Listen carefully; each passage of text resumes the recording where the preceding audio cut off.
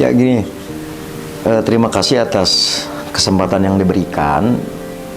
Yang pertama, tentu tugas kita bersama yang berkenaan dengan memastikan lah. Anggap saja bahwa bank sperma itu kabarnya sudah ada. Itu yang pertama, jadi diverifikasi.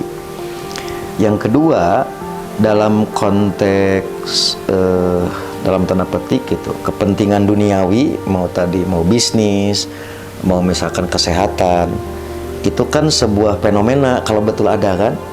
Nah, karena sebuah fenomena dari sisi keberadaannya jelas berkenaan dengan persoalan nanti kebijakan. Nah, yang mungkin akan kita soroti yaitu dari aspek syariah, terutama bahan ya edukasi ke generasi muda. Dalam konteks yang sedang kita bahas gitu, dalam tanda petik Dewan Hizbah nanti resminya akan kita bacakan bersama, kecenderungannya akan mengharamkan, bukan secara zatnya diharamkan itu, tetapi efek atau dampak. Nah, termasuk yang kita sebut eksploitasi dan komersialisasi. Nah, tadi saya juga coba cek ke tim sekretariat, apakah kita pernah mensidangkan bank sperma sekiranya sudah ada. Tadi sekretariat menyampaikan, kita belum pernah sidang tentang bank sperma, tetapi yang pernah adalah bank darah. Pernah.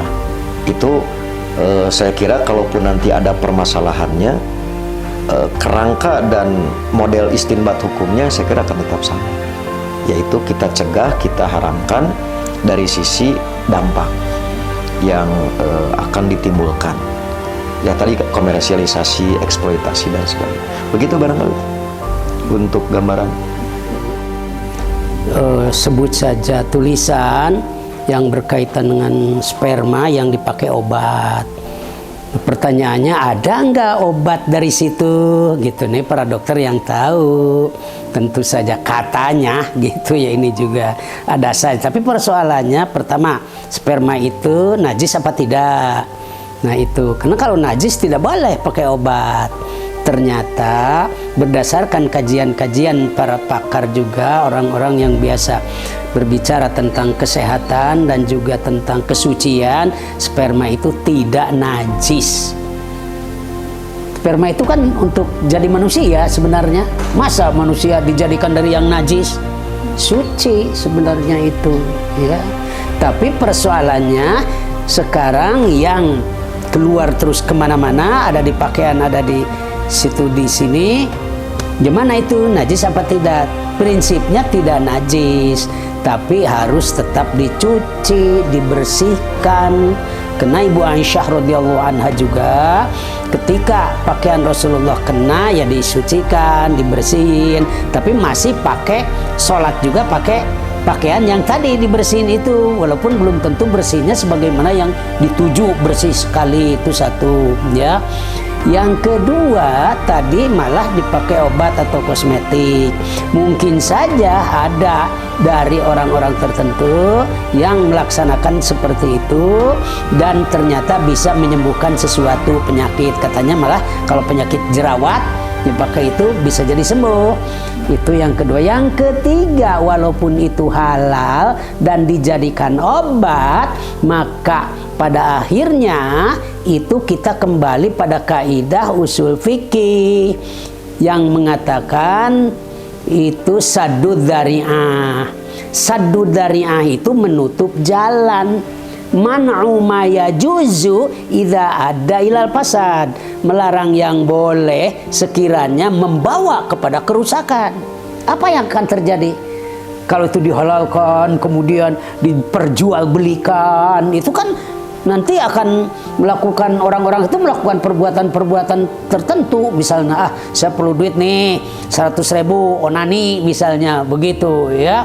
Itu kan nggak benar. Apalagi ini suami istri, neng wadahan, sorry ya omongannya, jangan sampai terbuang katanya. Wadahan ku itu ku daun cau, jangan ku kertas mah tuh habis beren ku daun pisang juga. Kan itu jadi perkara-perkara yang secara sopan santun ternyata terbuang gara-gara itu. Karena itu tadi kaidahnya dalam kesimpulannya, walaupun itu suci boleh, tetapi dilihat dari aspek bahaya ke depan, apalagi diperjualbelikan, ya, nah itu dilarang gitu. Ya, jual beli sperma, kemudian sperma dipermainkan, itu tidak boleh karena kaitannya dengan sopan santun, ya. Yang kedua akhlak mulia, yang ketiga tentu saja penyalahgunaan dari situ itu sangat berbahaya ke depan, gitu ya. Terus apa lagi? Cukup saja. Tapi yang penting kita harus apik-apik dalam kehidupan, jangan sampai kehidupan kita itu terganggu, dan juga memberikan nasihat pada teman-teman di lapangan bahwa kita harus menjaga diri kita sehingga kita itu betul-betul orang yang baik. Kalau bahasa Quran sih orang solihin dan solihat, dan kita melaksanakan agama walaupun itu sepertinya dianggap sepele, tidak boleh dilakukan. Saya kira itu. Jazakallah. Assalamualaikum warahmatullahi wabarakatuh.